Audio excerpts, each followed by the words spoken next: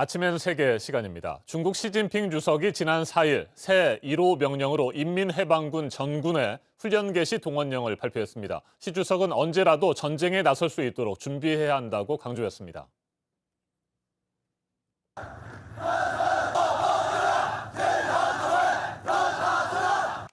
중국 국영방송 CCTV는 전국 각지의 인민해방군 훈련 모습을 어제 공개했습니다. 시진핑 주석의 명령에 따라 육해공 3군과 로켓부대, 전략지원부대, 무장경찰부대 등 인민해방군 산하 부대들이 일제히 새해 첫 훈련을 실시했습니다. 중국 북동부 랴오닝성에서는 기갑부대와 보병부대 훈련이 진행됐습니다. 인도 군인들과 잇따라 충돌하면서 긴장이 고조됐던 티베트 지역 주둔 부대와 동부 안후이성에 있는 무장경찰 부대도 전시를 대비한 훈련에 돌입했습니다. 이번 훈련에 참가한 무장경찰 부대 대위의 말 직접 들어보시겠습니다. 我们一个从南从野是大部队，进行我战场，苦练打赢北京。 대만 해협과 남중국해를 둘러싼 긴장이 고조되고 있는 상황에서 중국 해군 역시 새해 첫 훈련을 대대적으로 실시했습니다. 세 척의 새로운 해군 함정이 나흘 동안 해상 훈련에 합류했습니다. 로켓부대 산하 미사일 여단들도 실전과 같은 수준의 훈련에 돌입했습니다. 인민해방군 공군 대위의 말도 들어보시겠습니다. 我们一定会牢记主席训令，一如既往地坚持实战实训，在聚焦备战打仗中。 在真打实练当中，把我们装备的潜力挖掘到极致，把克敌的招数锤炼到极致。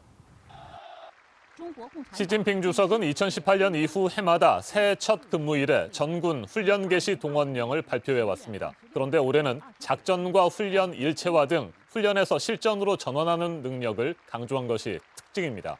더욱이 새해 들어 개정된 국가방위법에 따라 군사정책 재정권과 결정권이 중앙군사위로 넘어가면서 시 주석이 이끄는 중앙군사위는 전쟁 개시까지 선포할 수 있게 됐습니다. 이 같은 상황에서 나온 명령이기 때문에 더욱 주목을 받고 있습니다.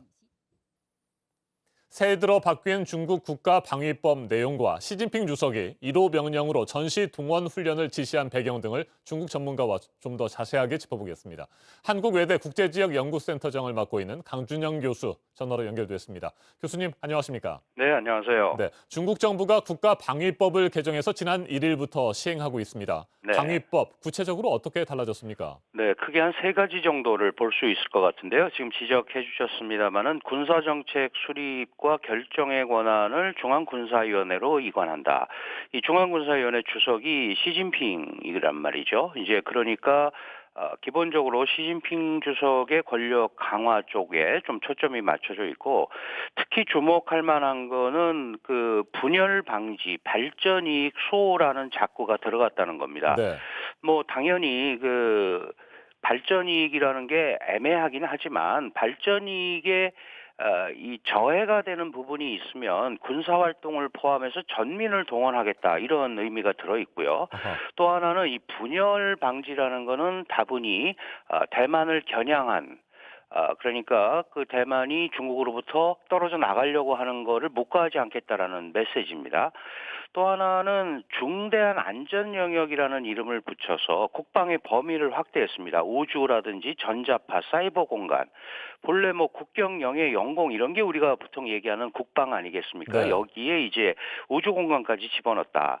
그렇다면 전체적으로 보면 시 주석 개인의 권력 강화 부분도 있고 또 하나는 중국 국방의 어떤 범국민적 성격, 전민 동원령까지 들어가 있는 그런 구조. 또 하나는 중국군의 활동 범위를 강화하는 이런 부분들이 이번 국가방위법 개정에 달라진 점이 아닌가 이렇게 볼 수 있을 것 같습니다. 네, 시진핑 주석이 국가방위법 개정 사흘 만에 1호 명령으로 전시 동원 훈련을 지시한 것도 관심을 모으고 있습니다. 미국은 네. 현재 정권 과도기 아니겠습니까? 그렇습니다. 중국과 대만 사이에는 긴장감이 고조되고 있고요. 이번 훈련 어떤 의미가 있겠습니까? 네, 역시 뭐 가장 기본적으로는 최근에 그 소위 중미 갈등 그리고 미국의 압박에 대응하면서 물러나지 않겠다라는 메시지로 보입니다. 그리고 특히 중국군의 역량을 강화해서 그 국제사회의 영향력을 제고하겠다는 걸 염두에 두고 있는 건데요.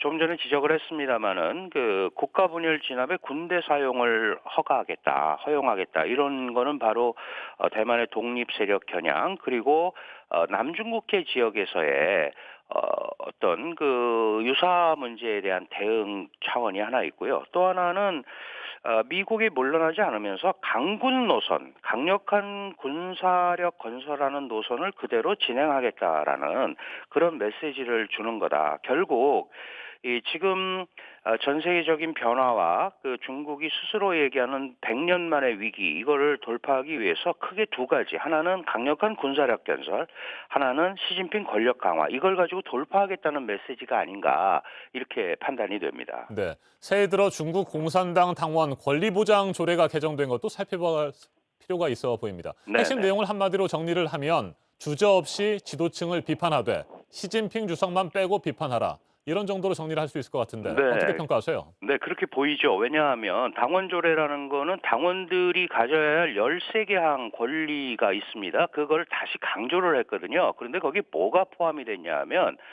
시진핑의 국정 운영 지침이 포함이 되어 있습니다.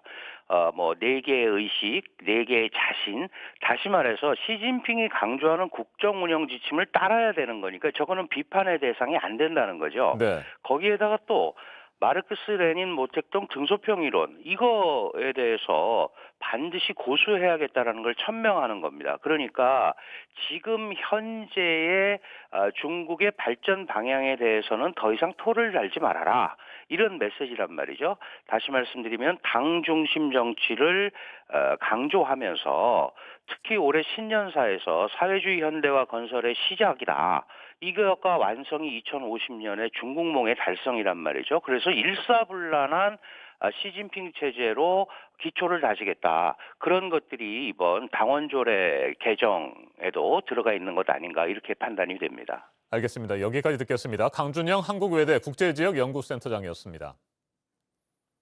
시진핑 주석은 올해 신년사에서 중국 공산당 창당 100주년을 기념으로 중국몽, 그러니까 중국의 꿈을 반드시 실현하겠다고 강조했습니다. 이 같은 상황에서 군 장악력까지 키우고 있습니다. 시 주석이 국가 방위에 필요한 물자 동원과 전쟁 개시에 대한 법적 근거를 손에 쥐게 됐다는 평가도 나옵니다.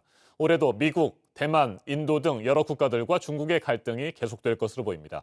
시 주석의 권력 강화가 어떤 변수로 작용하게 될지 주목됩니다. 지금까지 아침엔 세계였습니다.